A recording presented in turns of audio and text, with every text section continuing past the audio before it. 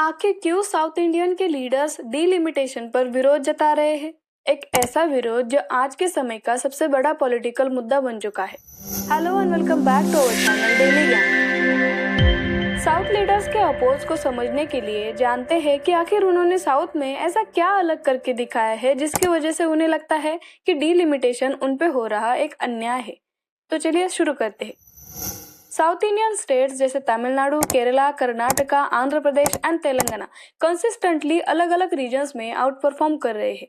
आखिर south India इतना आगे क्यों है? Let us know about their pillars of success.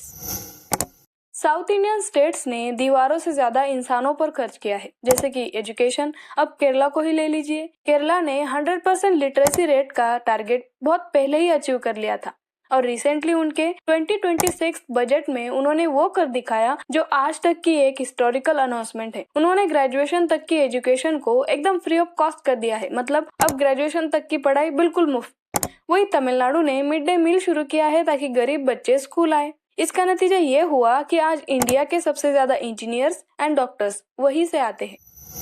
वहाँ के गांव-गांव में पीएचसी यानी प्राइमरी हेल्थ सेंटर्स काफी मजबूत है। केरला का हेल्थ मॉडल तो यूरोप के कंट्रीज से कंपेयर किया जाता है।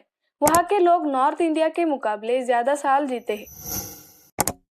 उन्होंने सिर्फ फार्मिंग पर डिपेंडेंट ना रहकर फैक्ट्रीज एंड टेक्नोलॉजी पर फोकस किया है। बेंगलुरु एंड हैदराबाद आज पूरी दुनिया के आईटी हब्स में से एक है।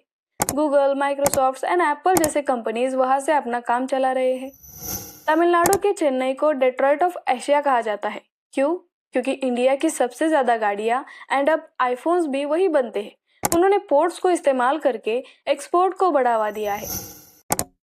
ये एक बहुत बड़ा हिडन फैक्टर है। साउथ के स्टेट्स ने 80s एंड 90s में ही फैमिली प्लानिंग को सीरियसली ले लिया था और अब इम्पैक्ट ये होता है कि अब जब पॉपुलेशन कंट्रोल में रहती है तो सरकार के रिसोर्सेज हर इंसान तक बेहतर पहुंच पाते हैं। इसी वजह से वहाँ की क्वालिटी ऑफ लाइफ बेहतर है। साउथ में वुमेन्स की लिटरेसी रेट ज्यादा है और वो वर्कफोर्स में ज्यादा एक्टिव है। और जब घर की औरत कमाती है तो पूरा परिवार और देश दोनों ही तेजी से तरक्की करते हैं। कुछ चौंका देने वाली फिगर्स भी हैं। साउथ इंडिया की पॉपुलेशन देश की सिर्फ 20% ही है, लेकिन वो इंडिया की टोटल जीडीपी में 30% से भी ज्यादा की कंट्रीब्यूशन देते हैं। कर्नाटका या तमिलनाडु के आम आदमी की कमाई नॉर्थ इंडिया के कई स्टेट्स के मुकाबले 3 टाइम्स ज्यादा है। South Indian state central government को जितना टैक्स देते हैं ना, बदले में उन्हें उतना पैसा भी नहीं मिलता, फिर भी वो अपने दम पर ग्रो कर रहे हैं। अब आते हैं हमारे असली सवाल पर कि साउथ इंडियन लीडर्स का डीलिमिटेशन को किया जाने वाला अपोज। साउथ के बड़े लीडर्स जैसे एमके स्टालिन, विजयन, इनका कहना है कि उन्होंने population control, education and health में बहुत अच्छा काम किया है, जो कि सच भी है। तो आर्ग्यूमेंट्स ये है कि अगर सीट सिर्फ पॉपुलेशन के हिसाब से बढ़े तो नॉर्थ इंडिया जैसे यूपी, बिहार जैसे ज्यादा पॉपुलेशन वाले स्टेट्स की सीट ज्यादा बढ़ेगी क्योंकि वहाँ पॉपुलेशन ज्यादा है। इसका मतलब हमने देश के लिए पॉपुलेशन कंट्रोल किया और बदले में हमारी ही पॉलिटिकल पावर कम हो रही है। साउथ इंडियन लीडर्स को डर है कि डीलिमिटेशन के बाद लोकसभा में नॉर्थ इंडिया का दबदबा इतना बढ़ जाएगा कि साउथ के स्टेट्स की बात कोई नहीं सुनेगा। एमके स्टालिन ने तो इसे ब्लैक लॉ तक कह दिया है और कहा है कि इससे साउथ के लोग अपने ही देश में सेकंड क्लास सिटीजन्स बन जाएंगे। कर्नाटका के सीएम सिद्धारामैया का कहना है कि ये पॉलिटिकल पावर को रीडिस्ट्रीब्यूट करने की बीजेपी की एक साजिश है।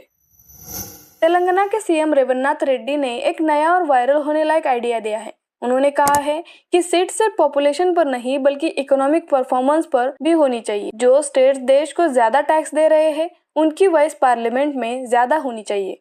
उन्होंने 50% सीट्स पॉपुलेशन और 50% सीट्स इकोनॉमिक कंट्रीब्यूशन के हिसाब से बांटने का सुझाव दिया है और मेरे ख्याल से ये सुझाव अच्छा भी है।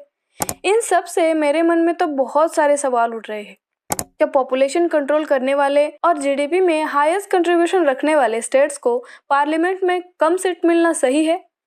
क्या नॉर्थ इंडिया को भी साउथ मॉडल कॉपी करना चाहिए? आपको क्या लगता है? कमेंट्स में जरूर बताएं।